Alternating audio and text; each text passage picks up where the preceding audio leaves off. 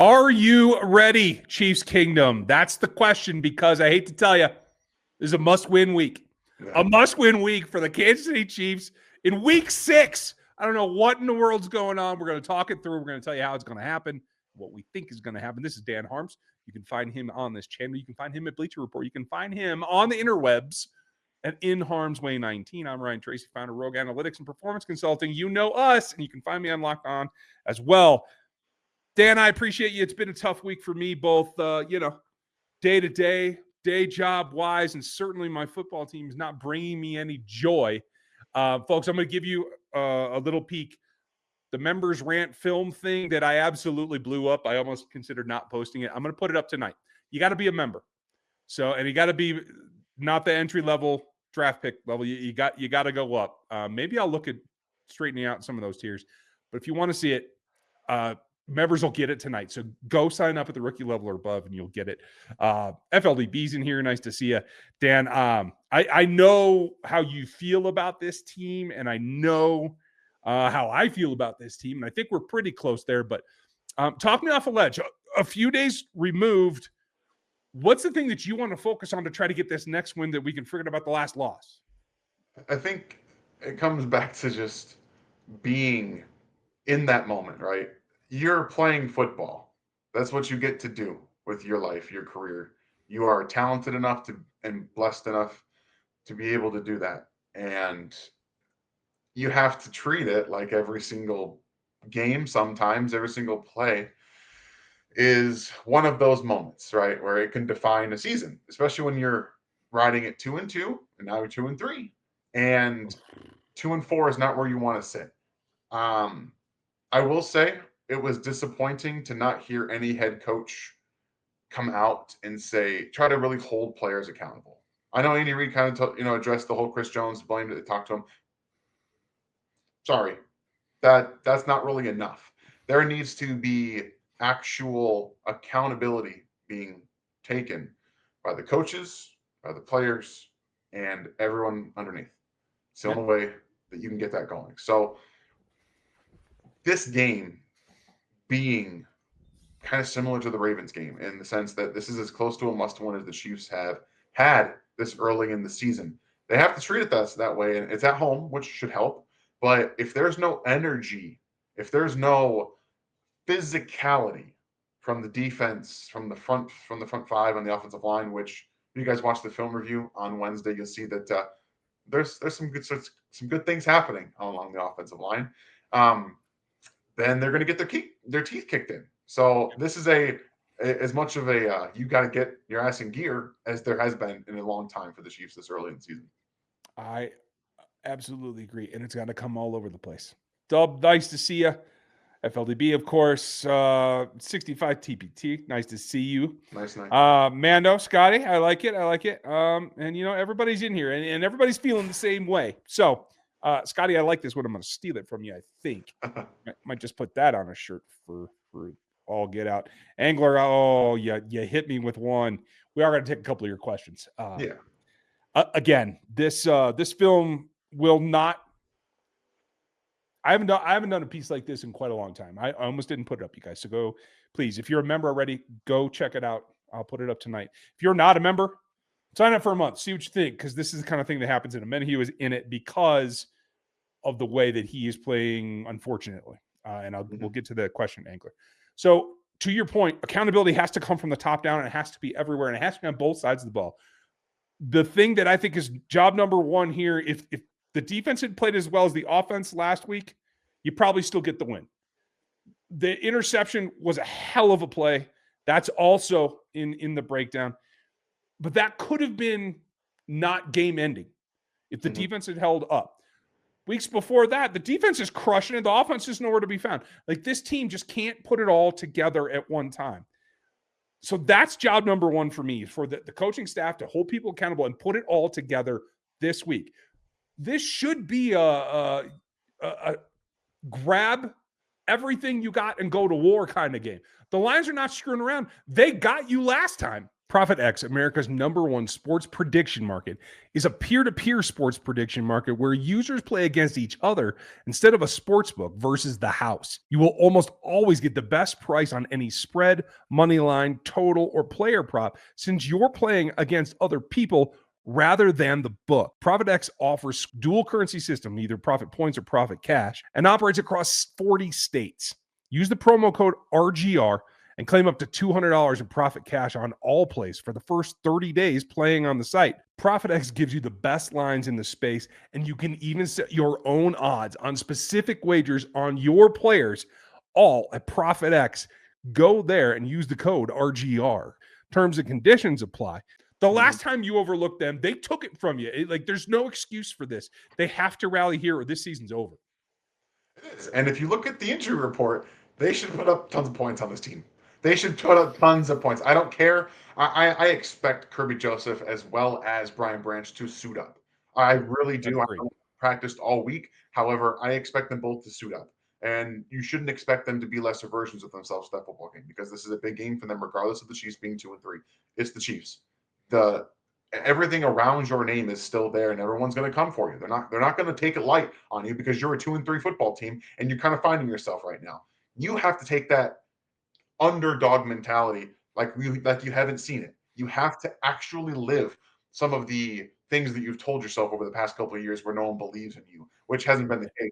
You win a bunch of one-score games, you're still winning those games, and you find yourself in the Super Bowl. This is a little bit different. You're not winning those one-score games. Those bounces of the football aren't going your way. You're kicking the ball out of bounds when you have the opportunity to go suffocate a football game away on defense, and instead you give them the ball on the 40-yard line and say, "Hey, go ahead and score a touchdown." Like, you can't have these kind of mental errors. So we're going to be talking a lot about being mentally engaged for the game plan. We're also going to be talking about physicality on the defensive line, because if you don't bring it, the Detroit Lions are going to run the ball down your throat all day long, and they're not going to stop because they get two running backs. They can just say, "Hey, you tired? All right, we'll put the other guy in, and we're going to just keep going. Right. We're going to keep going, and we're going to keep going." It doesn't matter. You cannot allow them to be more physical than you because you will pay for it all game long.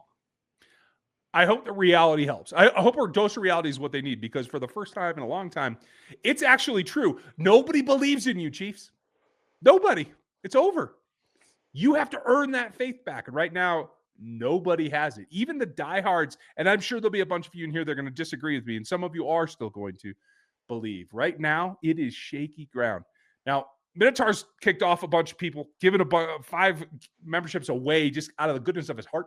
Appreciate you. Appreciate you, Minotaur. Thank you very much.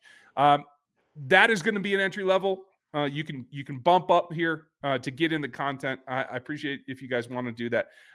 We may have to go this route where members are going to get the film because of the things that the NFL and the YouTube community are doing to making that detrimental, shall we say. Yeah. So we're going to try this out. We're going to see how it works. Hopefully you guys will dig it. The dose of reality that also has to happen is they have to figure out, if you're not a guy that contributes on offense, if you're not a guy that contributes on defense, do your damn job. There is no more room for special teamers who can't get it done. This is a game that, honestly, like I said, if the defense had played as well as the offense, they'd probably get a win. If the special teams had not stepped on it all night long, they probably get a win. And that just can't happen. And I feel for Dave Toub, because Dave Toub is the guy that has the most volatile group of players from year to year and even from game to game, and he has to make it work. And he's going to be under pressure, and he's going to be on the hot seat. People are going to be throwing his name out now because his guys are not getting it done. You know, we don't get real explanations from him for I was listening to it too, and he was like, "There's also a lot of good stuff." Okay, Dave. Okay, cool. That's awesome. But what is it? Does it actually matter? Does it actually matter if Brashard Smith had a great return that Jack Cochran took off the board? Does that actually matter if your core special teamer, who, by the way, he addressed him as a world champion, buddy, this is a special teams football player who, yes, has to play on special teams because he's awful on defense. He's a liability out there, and he's out there holding in special teams. But that's his only job. I'm sorry. You cannot go to the media and try and pump up Jack Cochran. You can't do it. It's a disservice to your football team. It's a disservice to you as a coach. You know, special teamers, yes, every team needs core special teamers. They desperately need them. That's how you win football games. But if you're going into this game and you're trying to make excuses for Jack Cochran, that's where I start to lose respect for you. I lost a little bit of respect for Dave Toad this week. Instead of coming out and saying he's a core special team guy, he's been here for years, he's got to be better. That's what I want to hear from you. That's what we all need to hear from you. You have to be able to do that. And the fact that he was basically sidestepping around it is kind of inexcusable to me. It's a disservice to the football team and everybody around it. So you can't have any missteps on special teams this week. You can't. You're not allowed to. Like, because of a game like that, for Dave Toad to be as high standing with Andy Reid around the league as special teams coach as he is, you can have zero mess ups this week. And if Butker has something else go wrong, buddy, questions, and questions. And you got to actually be held responsible for that. Yeah, and I agree. Particularly with him, he's the highest paid kicker in the league. You got to earn that money and kick in, kick out. Okay, so that said, this is all the mentality going into the game. On the field, what do they have to do? Well, first, as you said, I expect both Kirby as well as Branch to suit up. I don't think they're going to be as effectual as they normally can. They might even get on the field. I honestly can't tell what they're doing with the games on the list. So bottom line is you have to play action. You have to run the ball effectively as you've been doing. And I'm sure you have a couple of ideas on that in order to get to the play action, because no matter who the backup is, and even if it's one of those guys, you have the ability with Tyquan and Xavier going to play at this point, as we understand, you have the ability to get deep on them. You have to take that. The line's been doing, as you pointed out in Wednesday's film room, a good enough job to give Patrick the ability to get the ball out on those deep routes. That's what you have to do. Attack those safeties. And not just the safeties, the entire secondary right now, not just with the pass, with the run game. If you can get some toss action in there, you can get Rashard Smith loose against some of these guys that are practice squad players, facing speed, facing this physicality for the first time. You want to get on the edge and make them tackle. That's what you need to be able to do. You have to make these guys tackle. And so Tyquan Thornton, if you get Tyquan Thornton singled up against Amik Robertson, you just throw it up. Just throw it up. He's bigger. He's faster. Go throw it up. You isolate. You find those matchups. If you find a way to get, if Kirby Joseph's on the field, I expect them to be on the field and play. Attack them early on. See what they can do. Go with Xavier Worthy. Try and single them up that way. If you got Travis Kelce on, Brian Branch, see what he can do. See how he can move. This is how you have to be able to do it. It's not just in the pass. You also have to isolate these guys in the run game. It's Rashard Smith, whether it's a screen play to him, whether it's Xavier Worthy, a screen there. A couple of ways to be able to attack these guys on the ground, make them tackle, and that's how you do it. And then I am fairly certain in the breakdown, I'm fairly certain we got to play a duo. I don't know if it was true duo, but the vertical push that they got makes me believe that it was duo. So more. We need more of that, because the double team from Kingsley and Creed went so well, it took a linebacker out of the play. They got to the linebacker with the double team. It pushed the defensive tackle into that linebacker. And then Pacheco, doing what he only does well, he sits in that hole, right? And he kind of fakes to the left, makes that linebacker go there, and then he goes north.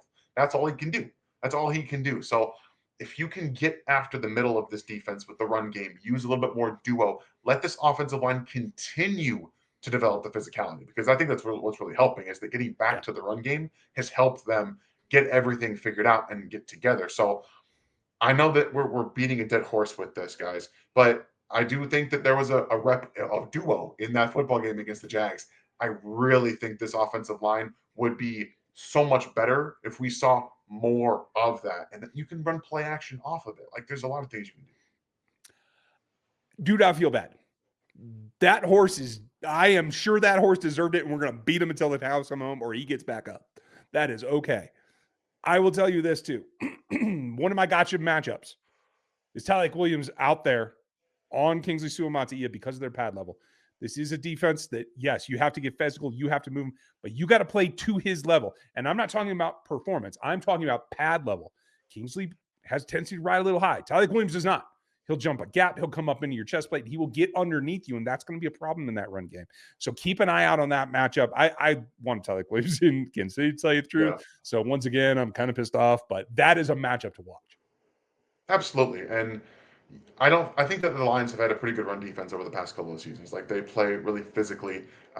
So it's going to be a little bit difficult, I think, to run between the tackles as much, but I think you got to try a little bit. But back to, getting on the edge, I think is a really important thing for this offensive line, these guys. So hopefully we see more of that. Yeah, I agree. On the offensive side, Xavier's going to play. They held him out. It sounds like it was precautionary yesterday. Hmm. Says he's going to play. I am reluctantly cautious to say, okay, let him go. Try to use him some. I want to use the threat of him more than I want to use him in order to not be at a deficit. I know people are like, okay, so use Xavier now and you get Rasheed back next week. Well, Rasheed's got to take a week or two probably to get back up to speed, right? Like jumping straight in is difficult. And I'd rather have both of them at 90% than just one of them. So I'm saying let's not put the feast back on Xavier right away. Yeah.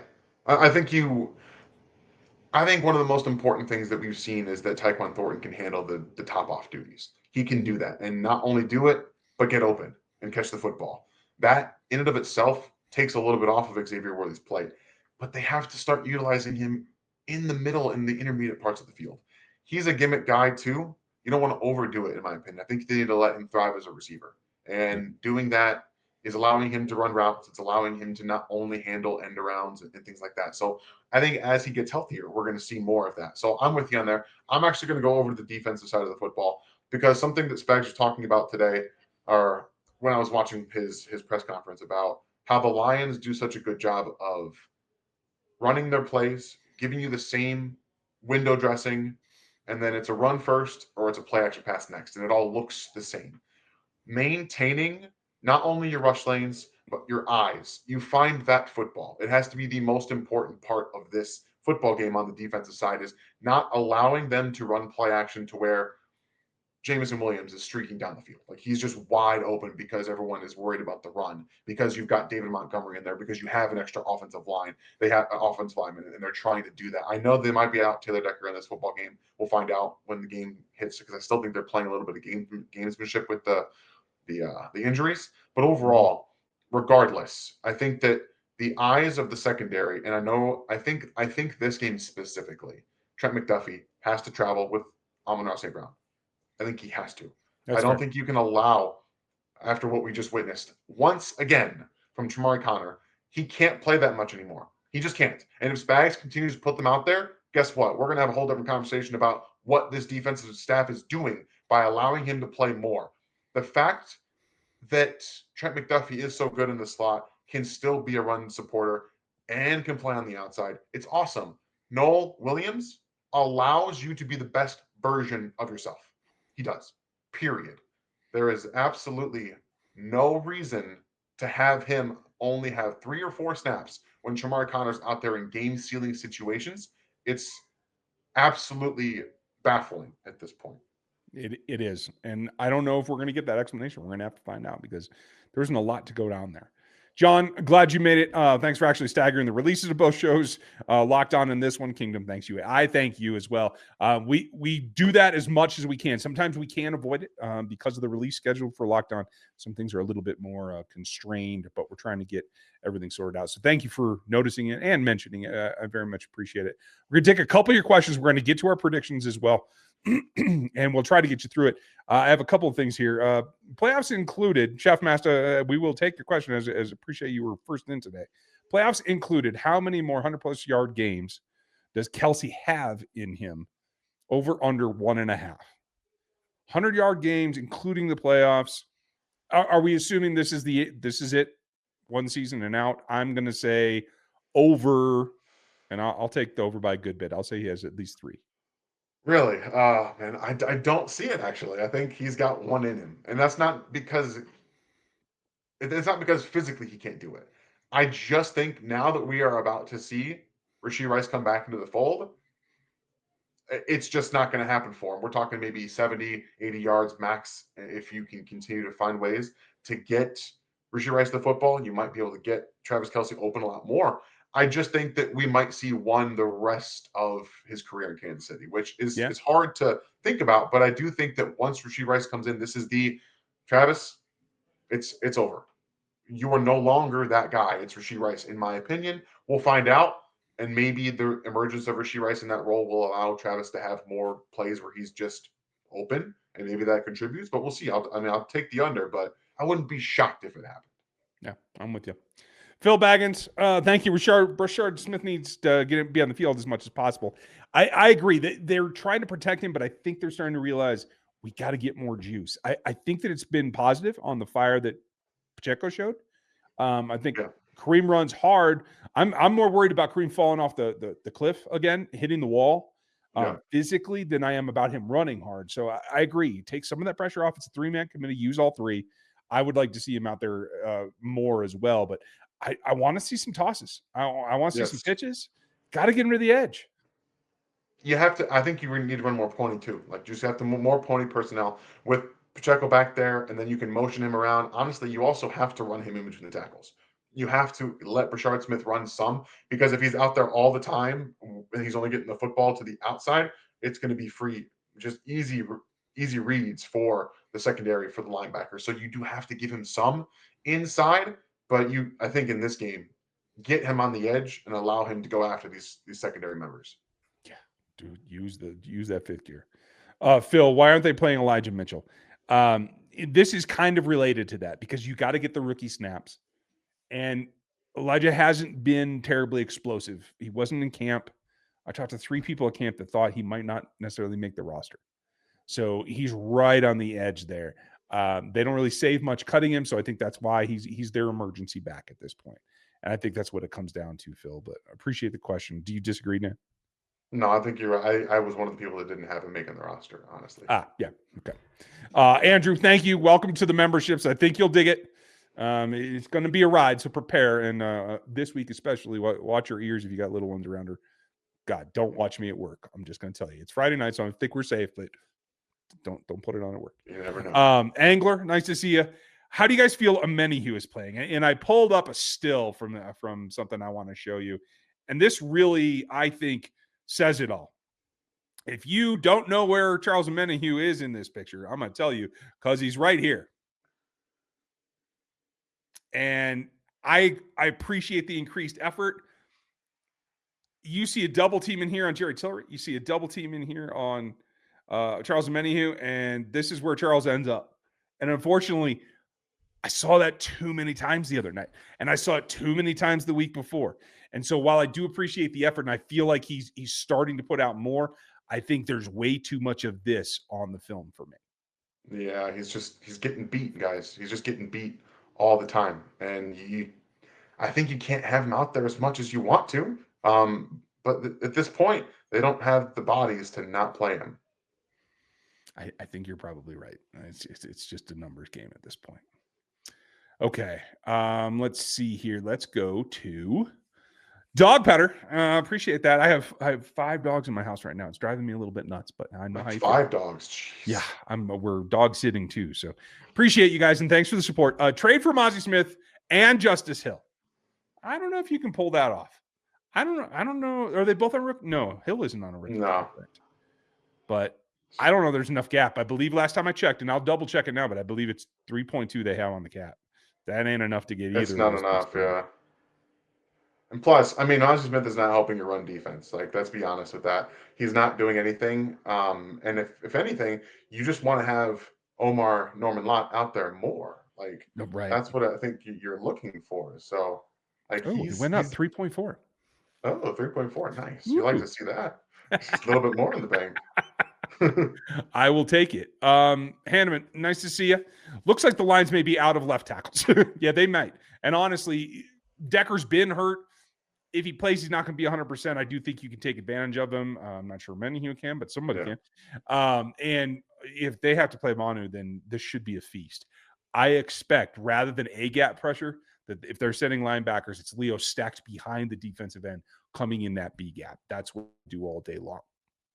Yeah, you have to be able to take advantage of the injuries. And at the same time, like, when you're in this type of situation, move everyone around. If you've got offensive linemen that are backups, take advantage and go after them, mug them up, make them communicate, try to figure that part out. Because once you can do that, you can start blitzing and get free runners in a guy who can't move space. Yeah. So Gibbs and Monty will have to run around Sewell more. Yeah, coming to that other side. If that doesn't work, obviously, how do we contain that? Okay, so here's the thing. Sewell's going to get Karloftis. Karloftis is good versus power. Yeah. I don't think he's going to get run out of the picture or anything like that. Sewell is more powerful, but I don't think that's really in it. It's about contain behind him. It's about Drew Tranquil on that side of the ball, to tell you the truth, is whether he can stay clean. Because Drew's not getting off of blocks like he used to. If he gets engaged, he's stickier than he was. And that's really what it's got to come down to if you're trying to get Gibbs loose around the right-hand side of the offense, the left-hand side of the defense, that it's got to come from the linebacker level or you're giving up 8 yards. Yeah, that's the problem, right? Is that you don't want to have the issues that we are seeing with the run defense. I mean, really, the run defense isn't having issues right now. Like they're doing a really good job of playing the run defense, and you have Bolton's doing. I think he's playing pretty well, and honestly, Leo's doing a really good job in there as well. They're maximizing the players that they have on the defensive line, which is good to see. Yeah, that always helps. Angler, you got me, Ryan. I'll be one of them. Okay.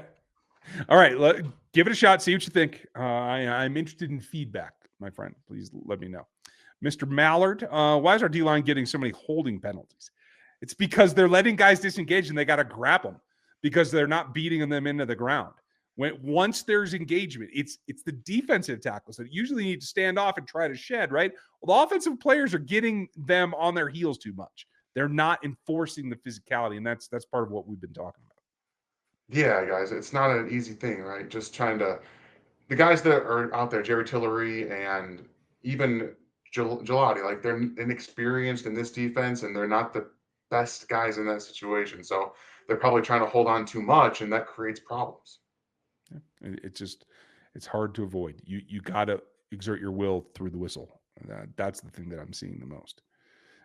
Floss, has there been any explanation on what's going on with Butker?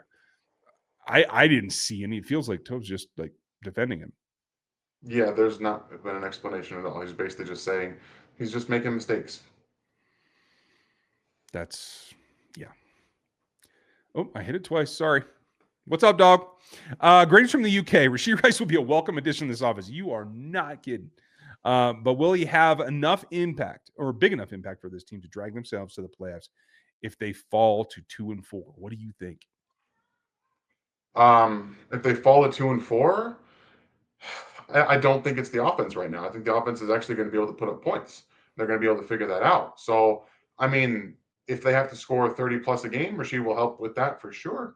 But the defense is going to have to do more. I think they have to play like they played in the first couple of weeks to be able to get them out of this hole. And if they don't play that way this week against the Lions, that's what's going to make them fall to 2-4. So I think he'll give them the juice, but I don't know if it's going to help them win games. At this point, the offense is playing good enough that his boost isn't, it's 5-10%. The defense needs like 25%. Yeah. You know what I mean? There's a bigger gap there. And that's why people that are renewing discussions about trading for some edge rusher or somebody to affect the quarterback makes sense. But again, there's no real way to pay for it. So Yeah. I don't see how they can get it done. But thanks, dog. Appreciate you. Thank you, Jacob. Always generous around here and always thoughtful as well. Something I thought about the other day, as effort has been talked about for the Hall of Fame guys, 95 and 87, the wolf at the top doesn't have the same fight as the wolf at the bottom looking up. And you're absolutely right. That's one of the reasons that they've tried to be proactive in letting some of the older talent go and trying to keep hitting these draft classes and keep bringing them in. But I think what you're finding, and Dan, you correct me if you disagree, the older leaders on this team are at that point that the fire is not burning up to the top level. It's being almost, tamped down by, hey, these guys are going to get us there. We're going to watch Mahomes. He's going to save us. Or Chris is going to turn it on when he has to turn it on. Yeah, that is exactly how it feels, right? They've done it so much in the past where they've been able to just turn it on and figure things out and get going that it's created this dynamic where players are like, well, they'll figure it out. They'll go out there and Chris will just kind of make a play, but he hasn't been able to just make a play, and that creates this dynamic, like you said, where you're relying too much on your star players when other players aren't stepping up. You got Jamar Connor out there playing snaps and being in obvious situations where he shouldn't be, getting taken advantage of. So it's tough, but those guys have to play just like everybody else does, and when they don't, it becomes obvious. Yeah. I didn't do what I think is the biggest play of last week is a play where Chamari was asked to go single high out of a two shell look, and he, the technique and the way that he plays, he's been allowed too much laxity, because if he just pedals at a slight angle, he gets to the middle of the field and he's able to break on that ball. But because he flips his hips the wrong way completely, he's just not able to get over there. And those are simple things that have to be coached, that I think they make a couple too many assumptions that their guys are going to be able to pull off. Yeah, I'm with you. It's a tough situation, man. Now, Dave Merritt might punch me in the face for saying that, but I'll take it because I got to see something turn around. Jacob, thank you again. Always good to see you. Brian, game plan is to force Goff to throw outside the numbers, McDuffie to travel with St. Brown and contain Gibbs. We covered two of those. Throwing outside the numbers is not the best thing for Goff, but it also requires you to man the middle with some authority and some vengeance. And I think Hicks can do that. But the way that teams have seen and been able to attack Jamari Connor, if they roll him out there again, I don't think there's any way that you're forcing him to throw outside. No, I'm with you. Like, if you put Jamari Connor on the field, that's where Jared Goff's going to go with the football. Like, he knows exactly where he's going to go with it. So I just think you need to force Goff off of his spot, personally. Just make him take a couple of steps to left or right. That's where the ball does not have enough velocity. If he's able to stay in the pocket and make those throws, then he's going to be able to hurt you. That makes sense. I'm going to look up Jamari's numbers because I still think, is he still giving up a perfect completion percentage? 17 for 17. Oh, son of a motherless. I thought I was going to be wrong. Okay. Well, there went that idea. Rachel, nice to see you. Hope you're doing well. Always like it when you guys are in here on a Friday. I hope you guys are ready for a weekend. I certainly am. And hopefully we'll have a better answer this late game than we did last. Phil, our secondary does our secondary have speed to keep up with their receivers? I don't see why not. I mean, Amon Ra is I would call him more of a technical route runner than a guy that can blaze. And I'm trying to look at the rest of their receiver crew, and I'm not seeing like flat out speed. What do you think? Jamison Williams is the only guy you have to worry about in terms of speed. He is the one for that. Everyone else is kind of just timing. We're tough after the catch. And I think Sam Laporte is a pretty quick tight end as well. So you do have to worry about that. But overall, I think that they do have the speed to match. You're absolutely right. Jamison Williams is a burner. The reason I forget about him is because he's forgettable. Sorry. He does not perform. He does one target for 9 yards last week. So you're absolutely right, though. He is a threat to go over the top. And so turn and run. No, nobody's got Jamison's speed in our secondary, I don't believe. No. They're going to have to play as a group. And generally, I thought they played, what did they play? 71% of zone so far this year? Like the highest total Spags ever had. If they're doing that, that certainly guards against some of that, but you got to be able to match and go at some point. If you have enough of a lead on Jamison Williams, you can stay out front of him. Thanks, Phil. Perry, I know this isn't game related, but what trade package would you choose? Kamara and Young or Achane Phillips? Achane, sorry. I mean, I'd probably go the younger and go to Miami, but I think Andy Reid would go to the vet in Kamara. Yeah, I think you're right about that. I think Chase Young power-wise makes sense for this defense as well. But I do think Andy Reid would prefer Kamara over HM or HM. Yeah. And the only good thing about that is I think you could do it for less draft capital, but the contract capital there kills you. And like you could never get that done. So unless the Saints are just willing to eat most of those. That's the thing, Yeah, that's the only way. So, Rachel, we're going to end on Night Hunter here. Thought you guys had some great questions today. Hope you're doing good. We'll do this, and then we'll give you our predictions. Would Thibodeau be worth a shot to help our D-line? He's a style of player that I think Spags would be okay with, but now that you have a little bit of quarterback success in New York, I don't think the Giants are going to give him up. No, I don't think so either. And not just that, he's playing excellent football. Like he's playing. Sorry guys, if you hear some giggling and stuff, my daughter is like running around upstairs. So sorry about that. Oh, But Thibodeau is playing out of his mind right now too. So you're not going to be in a position probably to trade for him if you're Kansas City Chiefs. Where I think that the Giants might be looking now to a situation where they are going to probably try to extend him.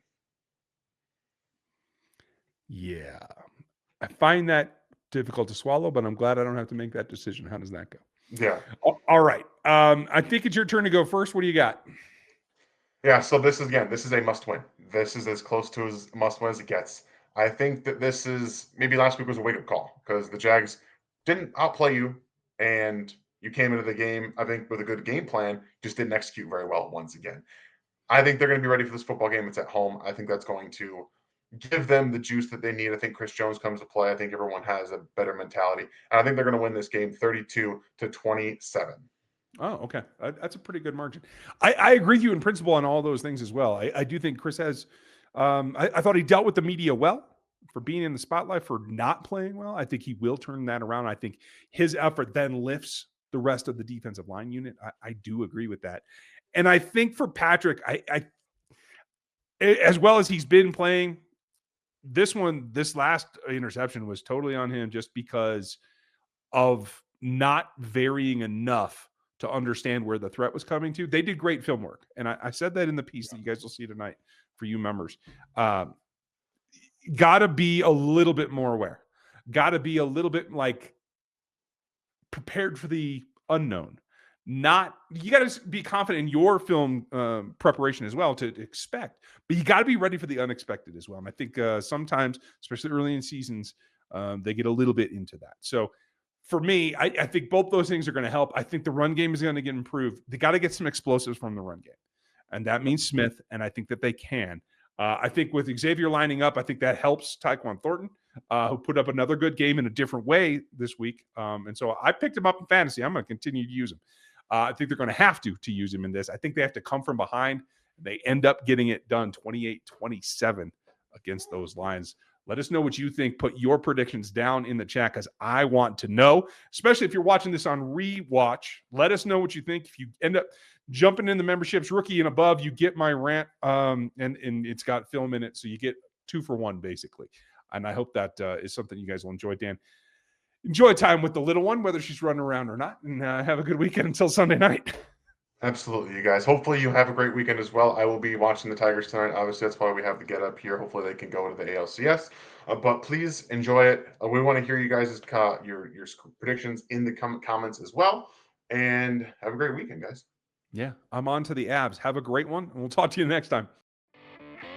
Thanks for watching this video from the team at RGR Football. Click these videos to see more and subscribe to RGR Football.